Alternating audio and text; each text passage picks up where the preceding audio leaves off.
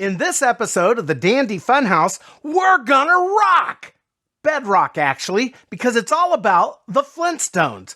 How one of the most loved animated series in television was born, interesting history, fun facts, star-studded guest appearances, near-death experiences, merchandising fever, reasons to fear the Flintstone Kids, jumping the shark, and to top it all off, I'm going to conduct a head-to-head taste test of the Flintstone cereals, Fruity and Cocoa Pebbles.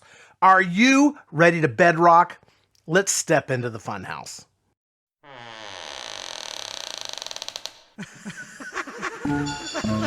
Where am I? You just entered the Dandy Funhouse. Hey there, how you yabba dabba doing? Welcome to the Dandy Funhouse, the home of your favorite frivolities. I'm your host, Neil Dandy, and this is episode 20, which makes it a milestone. And today I'm going to take you down to the town of Bedrock, and we're going to learn a little bit more about your favorite cartoon prehistoric family, the Flintstones.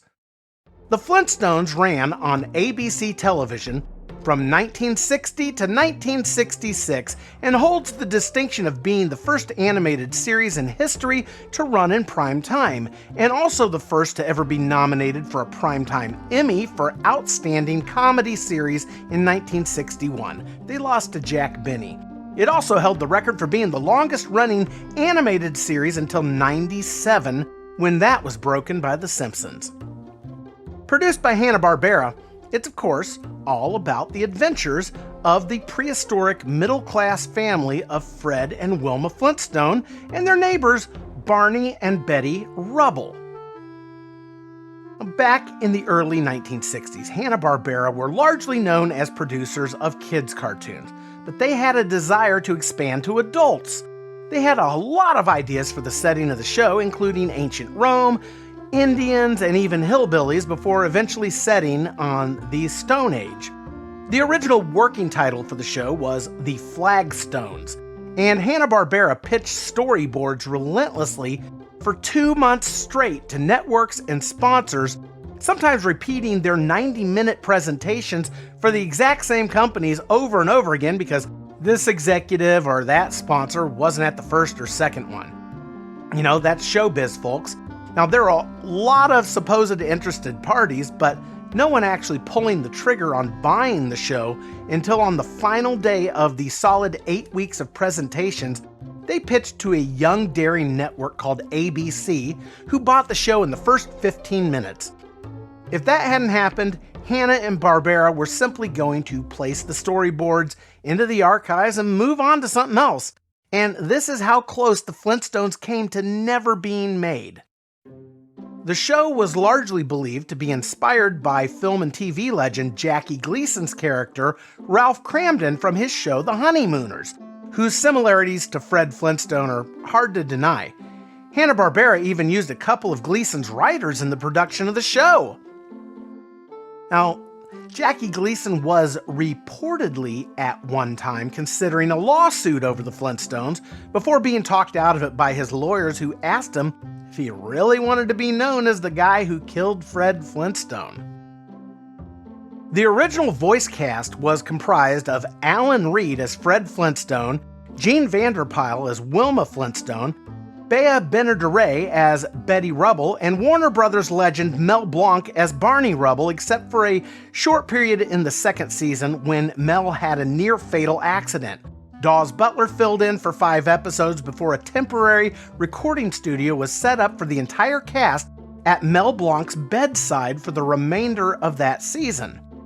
And over the years, the Flintstones hosted an absolute star-studded cast of guest voices like Tony Curtis, Anne Margaret, Elizabeth Montgomery and Dick York from Bewitched, and many, many more.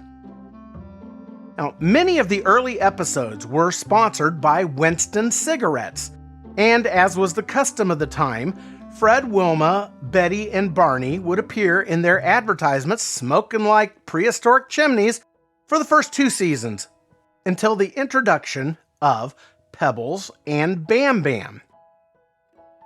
The Flintstone and Rubble families, they didn't originally have children until the 3rd season, when it was decided that Wilma should become pregnant.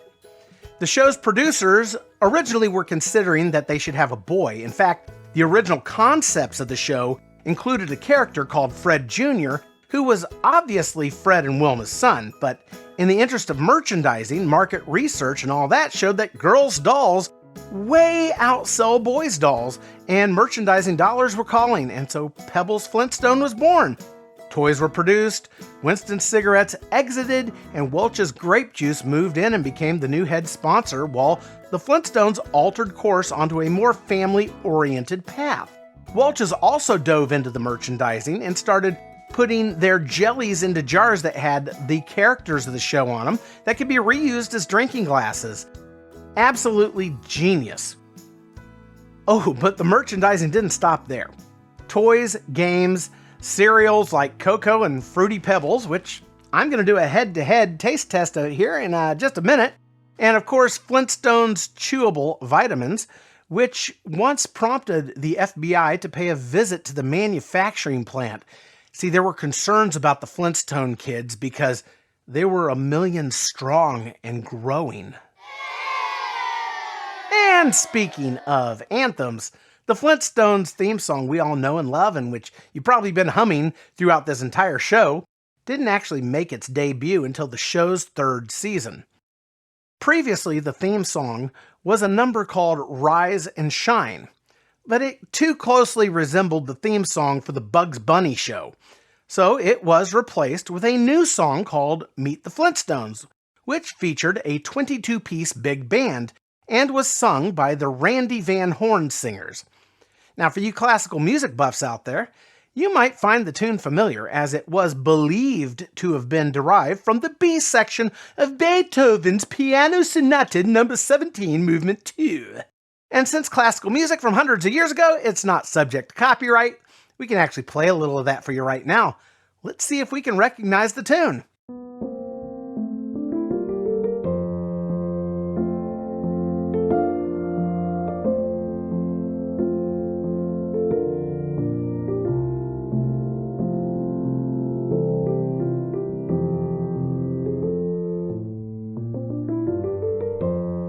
Okay, I'm going to have to call malarkey on that one. I mean, yeah, it's got half a similar chord progression, but that's pretty much it.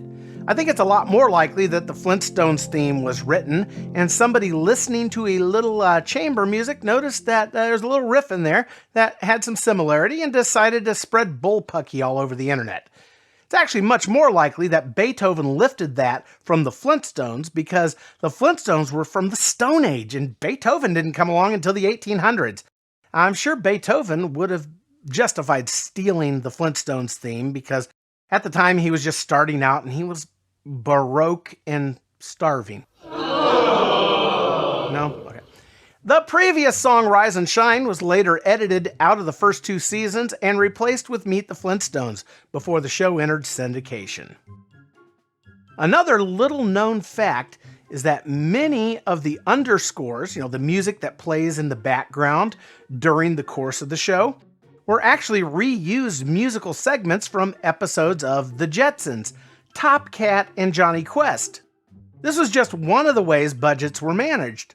Another way cartoons saved money, since they were hand-drawn and shot just one frame at a time back in that time, was to only move the portions of the character's body and scenes that absolutely had to move, while the rest of the character and the set remained completely motionless. And then we come to Jumping the Shark. Now, somewhere towards the later part of the series, a character named the Great Gazoo, voiced by comic legend Harvey Korman, was introduced. The Great Gazoo was a Martian with super magic powers that only Fred and Barney could see and interact with. This character removed all limitations from places the characters could go and things they could do, and in my opinion was the beginning of the end for the Flintstones, as the show's creativity declined at that point and scripts got lazy. The Flintstones ultimately succumbed to extinction in 1966 when production finally concluded. But the show continued to run in syndication for decades, delighting new fans through the generations.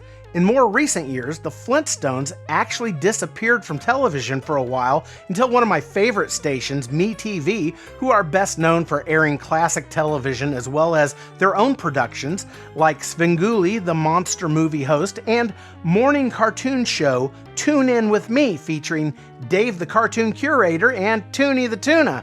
They stepped in and started airing the Flintstones once again. Way to go, MeTV.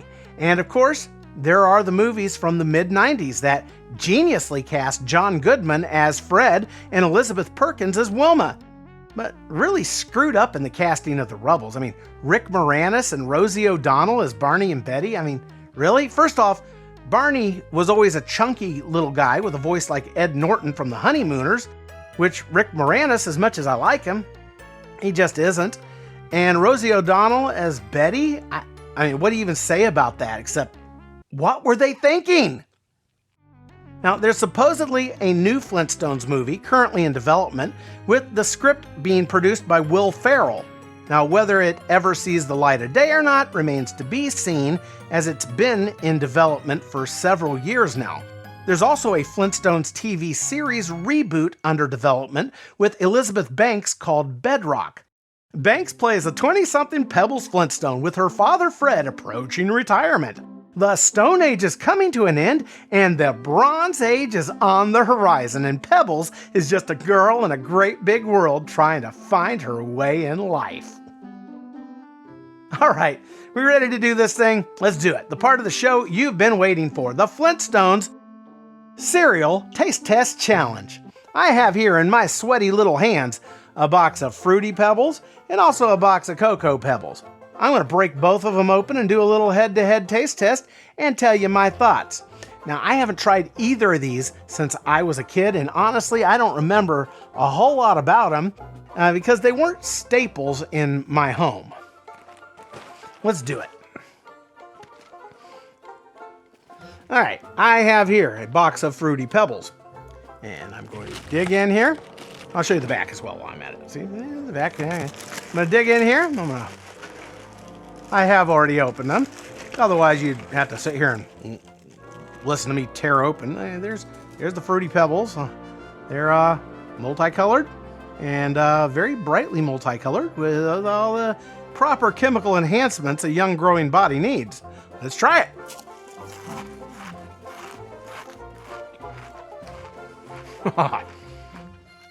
That's good stuff. I like that a lot. There's a lot of flavors going on there. All right, let's try the Cocoa Pebbles. And Barney, and rest of them all here on the back having a good old time. I'm not going to read the ingredients, but I will take a handful and take a mouthful and let you know what I think. Okay, so here's the Cocoa Pebbles. They're down with the brown, as you can see, and now they're down the hatch.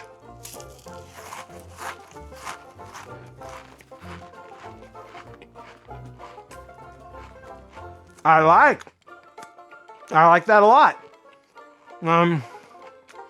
Go good with a cup of coffee, I tell you that. But between the two, my choice would be, I'll go with the Fruity Pebbles. Fruity Pebbles, I like these a whole lot more. I could actually sit on the couch and sit there and snack on these pretty much all day long, which is probably a real good reason why I shouldn't keep them in the house. And I got to tell you, doing this gives me a new respect for show hosts that have to taste things on the air and then talk about it with food in their mouths. I mean, that's a skill I need to practice more, and practice I shall while I enjoy the rest of these Fruity Pebbles. I'll eat the cocoa eventually. And speaking of pebbles, if you'd like to throw a few pebbles my way and support production of future episodes of the Dandy Funhouse, you may simply visit our patronage page at dandyfunhouse.com.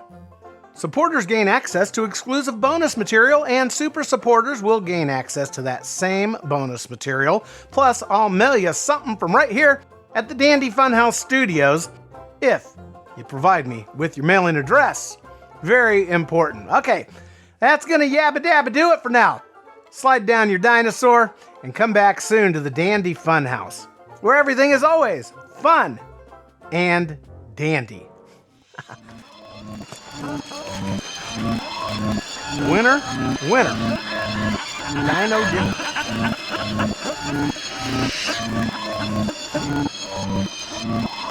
I'm not being nasty. There's no such thing. Down, Dino, down.